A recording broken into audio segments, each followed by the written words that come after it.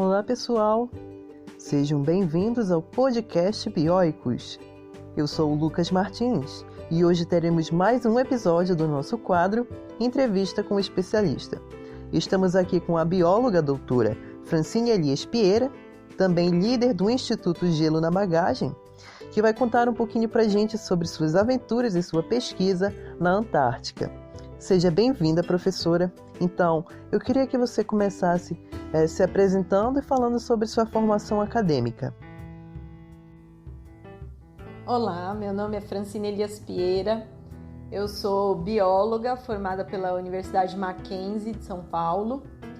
Eu fiz mestrado em Oceanografia Biológica na Universidade de São Paulo e doutorado na Universidade Autônoma de Barcelona, também com Oceanografia Biológica. E agora, professora, eu queria que você contasse para os nossos ouvintes como você começou a trabalhar com a Antártica e também como foi a sua trajetória na pesquisa e, claro, a importância dessa pesquisa. Eu comecei a trabalhar com invertebrados da Antártica no fim da minha graduação, no ano 2000, e a partir daí eu fiz um estágio durante um ano e pouco e entrei no mestrado e continuei a trabalhar com invertebrados da Antártica, né? Na época eu trabalhei com organismos, os invertebrados associados a macroalgas da Antártica, comparando as comunidades que vivem em diferentes macroalgas. Depois eu passei alguns anos dando aula, né, para ensino fundamental e ensino médio, mas a vontade de voltar à pesquisa eu nunca saiu, né? Então eu passei, acho que de 2002 até 2010 dando aula, né? Sendo que eu terminei meu mestrado em 2005 e voltei ao doutorado em 2010. Então, em 2010 eu fui para a Espanha trabalhar também com invertebrados da Antártica, porém eu já mudei a minha área, né? Já comecei a trabalhar na parte de cadeia alimentar, não mais específico com biodiversidade e taxonomia. Eu comecei já a trabalhar com cadeia alimentar dos animais, então eu utilizo alguns elementos químicos, né, alguns compostos dos organismos, que a gente chama de biomarcadores, que eles vão mostrar qual a alimentação do animal, se eles comem muitas microalgas, se eles comem animais mortos, então se eles são herbívoros, carnívoros, onívoros, e como eles guardam toda essa comida, né, todo esse alimento em forma de energia. Se eles, principalmente lá na Antártica, que tem uma sazonalidade bem grande de alimento, a gente tenta entender qual é o principal armazenamento de energia, de comida, se eles vão só se alimentar durante o verão e depois vão parar de se alimentar. E isso no meu doutorado eu encontrei que não acontece como se fosse uma hibernação que todo mundo acreditava. Alguns outros pesquisadores descobriram que a neve, né, a neve de comida que cai da superfície até o fundo, para os invertebrados lá do fundo, elas se acumulam formando um tapete, o green carpet, né, o tapete verde. E aí, durante o resto do ano, essas microalgas, tudo que se acumulou, vai levantando ali, né, com a movimentação da água e transforma e continua disponível para os alimentos, para os organismos.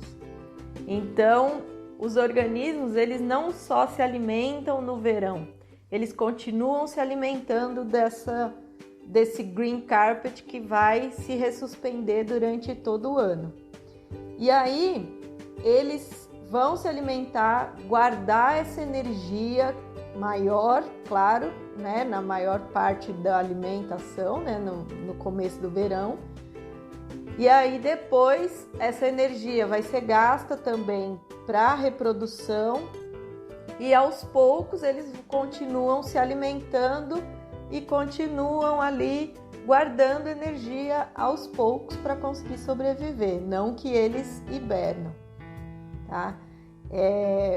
A gente descobriu isso principalmente numa grande diferença entre locais que eu estudei, que fica perto da ilha Rei Jorge, onde não tem congelamento permanente, né? Não tem gelo permanente, e comparei com outros organismos que foram coletados perto de lugares que tem gelo permanente.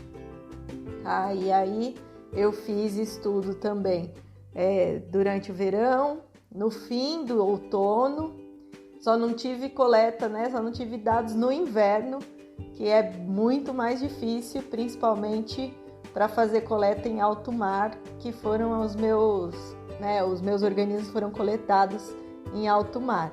E ali na Antártica, quando começa o inverno, começa a congelar o oceano e fica difícil passar o navio, mesmo que ele seja quebra-gelo, para coletar esse tipo de organismo.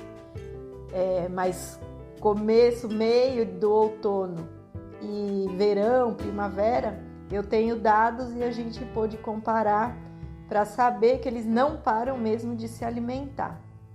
E essa quantidade de energia, esse acúmulo de energia, ele continua em menor quantidade, mas ele continua.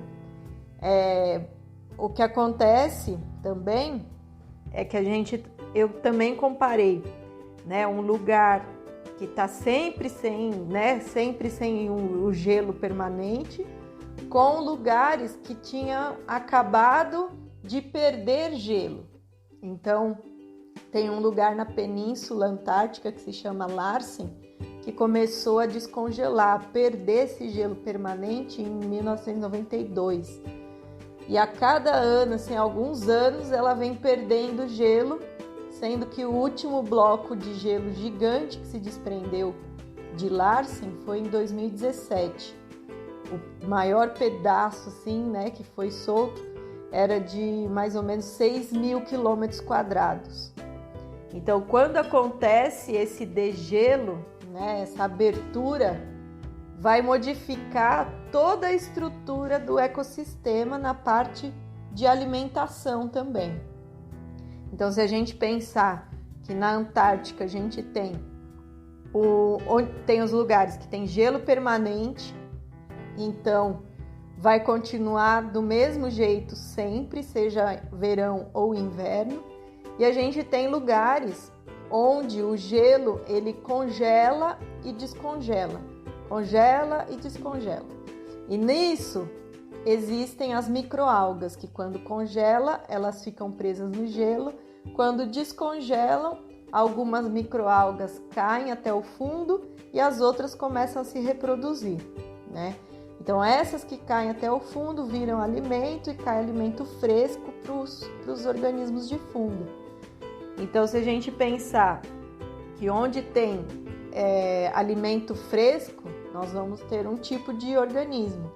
Onde tem um gelo permanente, a gente tem o mesmo ecossistema ali, pouca comida chegando, então nós vamos ter outro tipo de organismos, outro alimento, outro tipo de alimento, né? Então, a hora que você perde o gelo, perde esse gelo permanente, começa a congelar e descongelar novamente. Começa um novo ecossistema, modificando todo o alimento e também os tipos de organismos, como eu falei, que a gente tem, né? Os herbívoros, onívoros, carnívoros, tem aqueles que gostam de comer, né? Os necrófagos, por exemplo. Então, tudo isso vai se modificar. É importante a gente definir isso, né? Quais são os tipos de organismos, do que eles se alimentam, para ter um parâmetro de quando tudo isso se modifica. Então a gente tenta estudar o antes, como estava, para se acontecer alguma modificação, a gente já sabe, né, o que pode, né, meio que prever o futuro, né, o que pode acontecer com o resto da comunidade ali. Então, no meu pós-doutorado também, que eu fiz um pós-doutorado na Coreia por 2 anos, eu trabalhei com organismos, uma comunidade longe e outra comunidade perto de um glaciar que também está descongelando. E aí deu para comparar a alimentação e como eles estão se adaptando a isso. A gente vê que lá na Antártica está sim perdendo gelo, né? A cada ano, esse glaciar, por exemplo, a cada ano ele perde uma grande quantidade, em 50 anos já perdeu 2 quilômetros de gelo. E aí a gente vê, né, que isso tem uma grande influência nos organismos, né, na estrutura da comunidade. Porque quando o glaciar também ele começa a descongelar, ele libera água doce, traz muito sedimento terrestre. Então tudo isso vai modificar a alimentação dos organismos que estão ali. Mas será que eles vão se adaptar a esse novo alimento? Será que a quantidade de sedimento que está vindo da terra vai entupir os poros de alguns animais suspensívoros, por exemplo, que filtram a água para comer? Então tem tudo isso para se pensar, e essa é a importância também da pesquisa que eu faço, tá?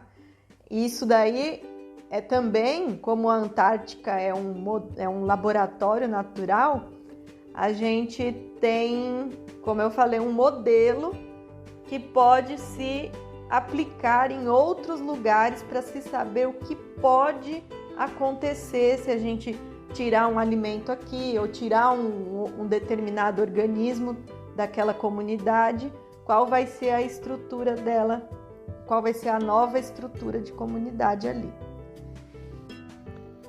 Simplesmente incrível, professora.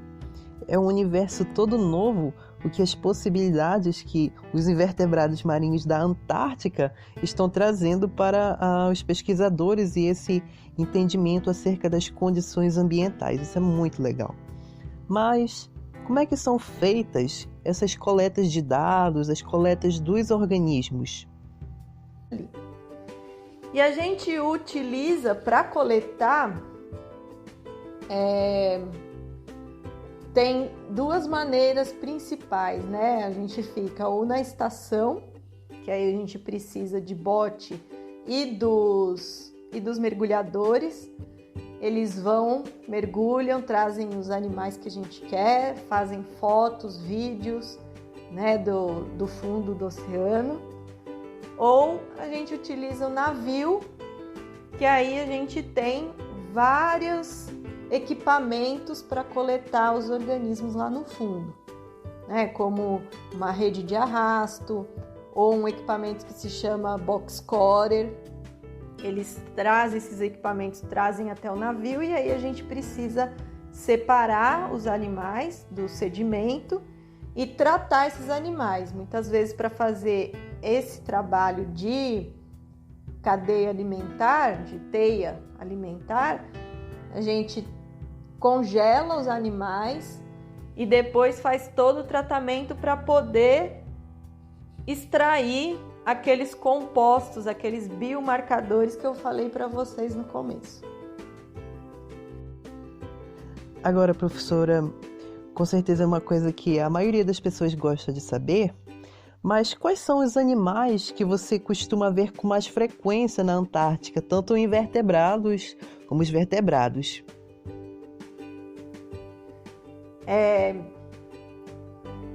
De invertebrados, os mais frequentes são pepinos do mar, estrela, assídeas e poliquetas.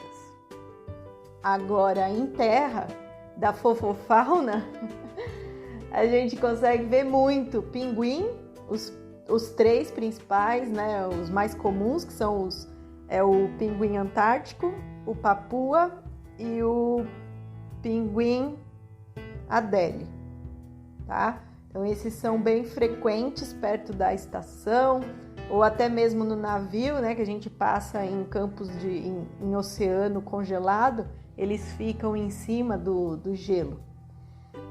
E também tem as focas. A gente vê bastante foca. Tem a foca de Weddell, a caranguejeira e a foca leopardo. Isso aí a gente vê bastante. A foca leopardo, mais perto da estação coreana, tinha até que algumas que apareciam ali. Eu vi uma vez um lobo marinho perto da estação coreana, porque os lobos eles ficam mais em colônias, né? Tem os lugares certos para eles ficarem. Mas os pinguins são... Os três pinguins, eles são bem curiosos, estão sempre ali presentes com a gente. Agora a gente quer saber como é que o Brasil, atualmente, está posicionado nas pesquisas científicas com relação aos outros países. O Brasil, ele sempre foi bem atuante, né, na pesquisa antártica. Para o comitê científico, o Brasil é muito, muito conhecido, né, de várias pesquisas que faz e tudo. Na parte de logística, a logística toda é feita pela Marinha do Brasil, mas ela é muito estruturada, também dá muito apoio para outros países, né? Então, em 2003, quando eu fui a primeira vez, eu lembro que os coreanos, alguns deles resolveram sair de bote e se perderam e o bote virou. Então, o navio brasileiro foi ajudar no resgate. Esse último avião que caiu no Drake, né, no Estreito de Drake, que é o oceano que fica entre a ponta da América do Sul e a ponta da Península Antártica, o avião caiu ali e o navio brasileiro, o Tio Max, foi ajudou, né, a busca. Então, essa cooperação existe e o Brasil está sempre ativo nela, né? Tanto a parte logística, para receber também pesquisadores na estação, receber pesquisadores nos navios. Então, ele está sempre bem posicionado quanto a isso. Agora, a nossa nova estação também colocou o Brasil num patamar ainda melhor, porque a estação nova traz várias tecnologias, né? Por exemplo, a estação antiga pegou fogo e aí agora essa nova estação tem todo um esquema de, se começar a pegar fogo em um pedaço, dá para fechar aquele pedaço, como se fosse um navio, né? Quando começa a encher de água, você pode bloquear onde está enchendo de água. E a nova estação está do mesmo jeito. Começa a pegar fogo, por exemplo, ele separa aquela parte que está pegando fogo, né? Toda a estrutura de tratamento de esgoto, tratamento de lixo, que já era boa, que já acontecia, agora está bem melhor, né? Está com uma tecnologia muito mais desenvolvida.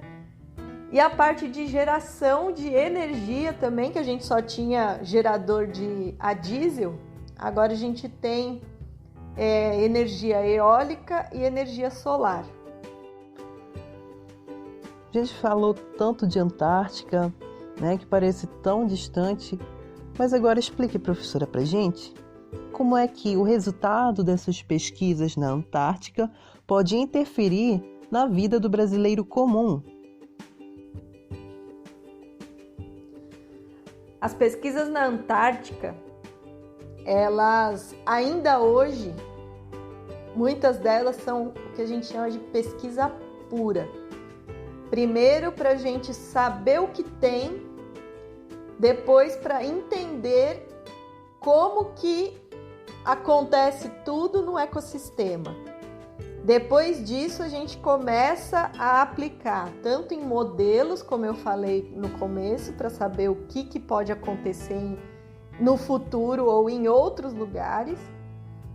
E também, essas pesquisas, hoje em dia, elas evoluíram, né? Tem vários tipos de pesquisa, né? De todos os campos, praticamente. E aí tem pesquisa com fungos, por exemplo, para que alguns fungos eles podem ter substâncias boas para se fazer protetor solar. Algumas assídeas, né, alguns invertebrados têm substâncias, têm compostos que são antimetástases, tá?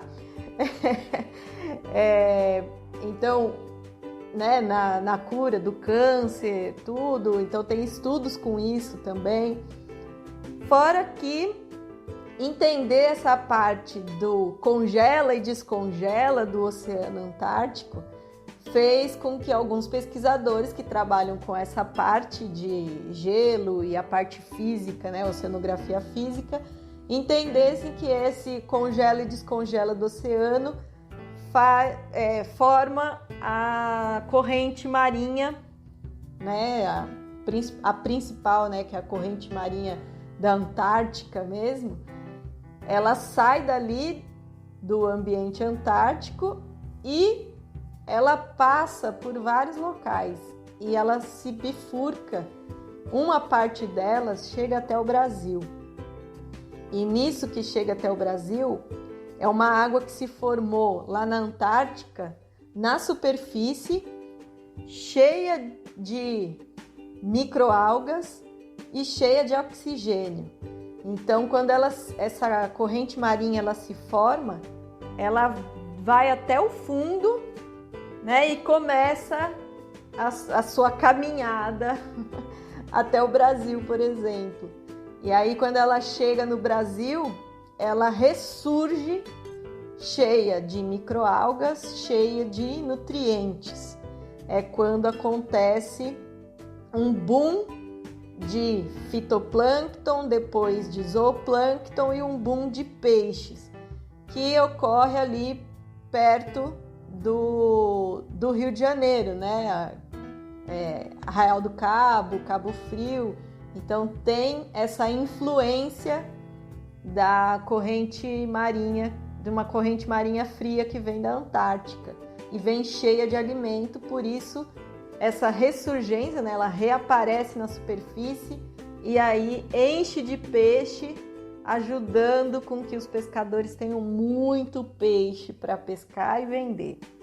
Além disso, o mundo todo está conectado por essas correntes marinhas que eu falei. Então, as correntes marinhas frias criadas na Antártica vêm até lugares mais quentes. As correntes marinhas frias saem da Antártica e vêm até lugares mais quentes. E as correntes quentes formadas perto do Equador saem dali e vão até lugares mais frios. Isso acontece, ajuda na troca de calor, né, no ambiente, e aí o planeta Terra tem essa temperatura mais habitável. Sem essas correntes a gente não teria essa troca de calor. Outras correntes que ajudam nessa troca de calor são as correntes de ar, né, que também tem as correntes de ar frio, as correntes de ar quente, que influenciam nessa manutenção da temperatura. E as correntes frias, por exemplo, quando chega a frente fria no Brasil, são correntes formadas na Antártica que chegaram até aqui, tá? Então a gente tem sim muita influência da Antártica na nossa vida, e lembrando que a gente aqui no Brasil, o que a gente faz também chega na Antártica, seja por correntes marinhas que levam o nosso lixo até a Antártica, ou seja por correntes de ar que leva a nossa poluição até a Antártica, tá? Então era isso que eu queria falar um pouquinho de Antártica, né, para vocês. E agradecer a todos da Bioicos, agradecer ao convite. Muito obrigada. Gostaram desse episódio, pessoal, e querem saber mais sobre o Instituto Bioicos? Então acessem o nosso site bioicos.com.br e lá vocês vão encontrar os nossos cursos online, os cursos presenciais, a revista Biologia Marinha de divulgação científica, além de diversos outros projetos desenvolvidos pelo nosso Instituto. E se vocês quiserem contribuir com o Instituto Bioicos, nós trabalhamos também com uma campanha de financiamento coletivo na plataforma Catarse. É só acessar o link que vamos deixar aqui na descrição do podcast. É isso aí, pessoal. Aqui é o Lucas e até o próximo episódio.